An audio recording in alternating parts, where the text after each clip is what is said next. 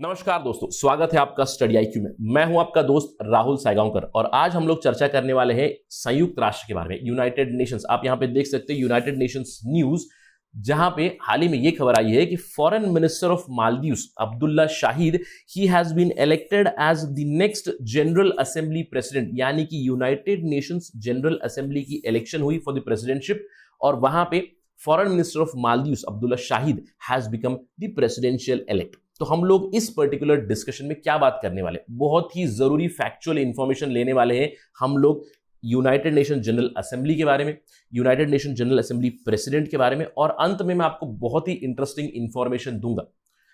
अब आप इसको इस्तेमाल कैसे करोगे फ्रॉम एग्जाम पर्सपेक्टिव, देखिए बहुत सिंपल से एमसीक्यू यहां पे बन सकते हैं। Let me just give you an example. Consider the following statements with reference to UNGA और with reference to UNGA presidentship, जहां पे आपको कुछ स्टेटमेंट्स दिए जाएंगे और आपको करेक्ट आंसर ढूंढना है।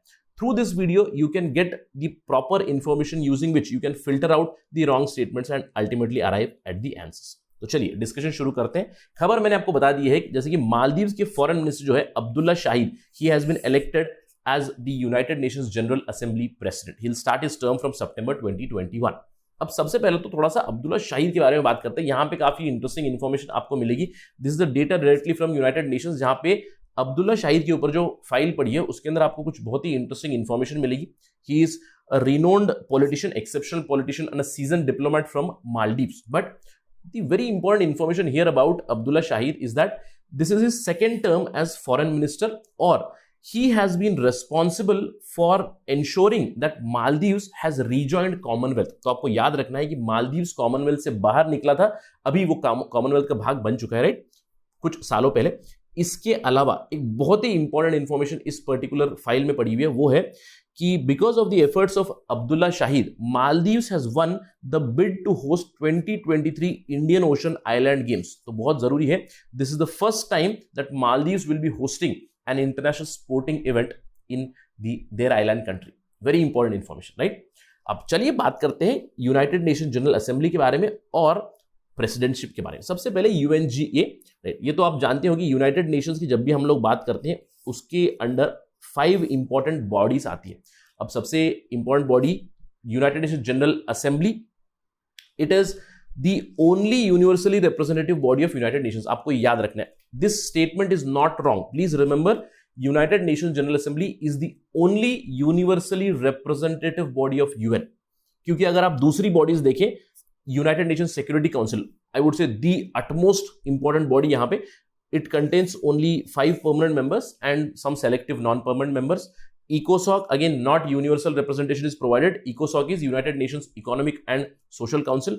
United Nations Secretariat is there and finally there is International Court of Justice। अब ये है 5 important wings of United Nations. इसके अलावा पहले यूनाइटेड नेशंस का ट्रस्टीशिप काउंसिल था, लेकिन नाउ इट हैज मोर और लेस बिकम डिफंक्ट। लेकिन हमारा डिस्कशन का मुद्दा है जनरल असेंबली। अगर हम लोग यूनाइटेड नेशंस के चार्टर पे जाएंगे और चार्टर पढ़ेंगे तो आपको पता चलेगा कि जनरल असेंबली का काम क्या है, to discuss, to debate and to make recommendations on subjects which are related to international peace, international security, including the overall development of the world, disarmament, human rights, international law, या फिर कोई वाद विवाद चल रहा है दो देशों के बीच, इन सब के ऊपर भी चर्चा कर सकते हैं at the United Nations general assembly. अब अगर role of United Nations general assembly की बात करें, काफी इंपॉर्टेंट रोल है। देखिए UNGA it elects non permanent members of the security council. अभी फिलहाल India is a part and parcel of United nation security council as a non permanent member. हम लोगों ने बात की थी कि इंडिया को भारी बहुमत से यहां पे नॉन परमानेंट मेंबरशिप की सीट मिली हुई है। इसके अलावा दूसरी जो यूएन बॉडीज जैसे कि ह्यूमन राइट्स काउंसिल, उसके लिए भी वो इलेक्ट करता है मेंबर्स को। इसके अलावा जो यूनाइटेड नेशंस का बजट होता है, इस पूरे बजट को असेस करता है और फाइनली अप्रूव करता है कौन, यूनाइटेड नेशंस जनरल असेंबली। इसके अलावा Assembly also works with Security Council to elect the judges of International Court of Justice। अब यूनाइटेड नेशंस जनरल असेंबली का एक बहुत बड़ा इंपॉर्टेंट रोल है यूएनएससी को लेकर भी, यानी कि यूनाइटेड नेशन सिक्योरिटी काउंसिल का अगर कोई डिसीजन है उसको ओवरराइड कौन कर सकता है, उसको ओवरराइड कर सकता है यूनाइटेड नेशन जनरल असेंबली, लेकिन भारी बहुमत से, यानी कि 2/3 members have to vote against the decision of UNSC, then the decision of United nation security Council can be overridden, which is again very very tough. इसके अलावा एक बहुत ही इंपॉर्टेंट जॉब है यूनाइटेड नेशन जनरल असेंबली का, they appoint the secretary general of the United Nations based on the recommendations of Security Council. और आप जानते हो कि इस साल दिसंबर में यूनाइटेड नेशन सेक्रेटरी जनरल के इलेक्शन है, और यहां पे for the united nation secretary general an Indian origin female by name Arora Akanksha has thrown in her hat to contest for the post of secretary general. आप देख सकते हो यहाँ पे hash Arora for SG. So it is a classic David versus Goliath fight जो होने वाली है यहाँ पे यूनाइटेड नेशंस पे। क्यों? क्योंकि ऑलरेडी जो सेक्रेटरी जनरल है एंटोनियो गुटेरेस, उन्होंने कहा है कि he is looking for another stint at the United Nations secretary general. अब उनके खिलाफ अरोरा आकांक्षा ने मुहिम छेड़ दी है। इनका खुद का hash Arora for SG hashtag चल रहा है। Do look out for this particular space because it's a very very interesting fight for secretary general. अब इसके अलावा अगर हम लोग इन जनरल यूनाइटेड नेशंस की जनरल असेंबली जो है उसकी वर्किंग के बारे में बात करें, तो यहाँ पे वो इन्होंने कोविड-19 पैंडेमिक के लिए एक सेक्शन बनाया हुआ है, जहां पे उन्होंने यह बताया है कि General Assembly will be led by the president. अभी जो प्रेसिडेंट बनेंगे Abdulla Shahid, they will be carrying out the work via novel means to guarantee business continuity and mitigate the spread of कोविड-19। यहाँ पे बताया गया है कि year in and year out they meet every September and this year there would be 75th session, right? And they are not just talking about the pandemic. You can see here कि there are other avenues over which the General Assembly discusses, जैसे कि racism हो गया, intolerance, inequality, climate change, poverty, hunger, the world issues that we are facing, उसके ऊपर भी चर्चा होती है जनरल असेंबली में। तो जनरल असेंबली एक बहुत ही इंपॉर्टेंट बॉडी है। अगर आपको मैं संक्षिप्त रूप में एक in a nutshell if I have to tell you, General Assembly is like the world parliament, जहां पे सबको मौका है, कंप्लीट रिप्रेजेंटेशन है सारे देशों की। तो यहाँ पे वो लोग मिलकर विश्व की जो भी प्रॉब्लम्स है उसके बारे में चर्चा करते हैं और सॉल्यूशन निकालने की कोशिश करते हैं। अब इस पर्टिकुलर पार्लियामेंट का मैं कह सकता हूँ स्पीकर या फिर चेयरमैन वो कौन है? वो है यूनाइटेड नेशंस जनरल असेंबली का president. So the president of UNGA right now the presidential elect is Abdulla Shahid. It is a position which is gotten through election. यहां पे रिप्रेजेंटेटिव्स जो भी है यूनाइटेड नेशंस जनरल असेंबली के, वो हर साल वोट करते हैं। आपको ये चीज याद रखनी है, ईयरली एक नया यूएनजीए प्रेसिडेंट निकलता है। और ये यूएनजीए प्रेसिडेंट कौन होगा? चेयर और the presiding officer, like the speaker that we have in Lok Sabha और the chairman that we have in Rajya Sabha, they will be the speaker of General assembly. अब इस साल अब्दुल्ला शाहिद 76th प्रेसिडेंट बने हैं यूनाइटेड नेशन जनरल असेंबली के, और भारी बहुमत से जीते। 143 people were in favour of Abdulla Shahid. अब सवाल ये उठता है, क्या इंडिया ने वोट किया इनको? बिल्कुल इंडिया ने वोट किया है इनको। अब्दुल्ला शाहिद से पहले वोल्कान बोजिर जो थे टर्की के, he was the president of the united nation general assembly. In fact he is also the current president who will be completing his tenure in September, right? अब इंडिया ने वोट किया अब्दुल्ला शाहिद को। आप देख सकते हो ऑलरेडी खबरें आ चुकी हैं कि as Maldives win the united nation general assembly election by a big margin, India who voted for Maldives, it does expect some close cooperation at united nations. तो आगे चल के हम लोग इसके ऊपर एक नजर जरूर रखेंगे कि किस तरह Maldives is going to repay for India support at the United Nations general assembly. A very very interesting news that we will continuously follow.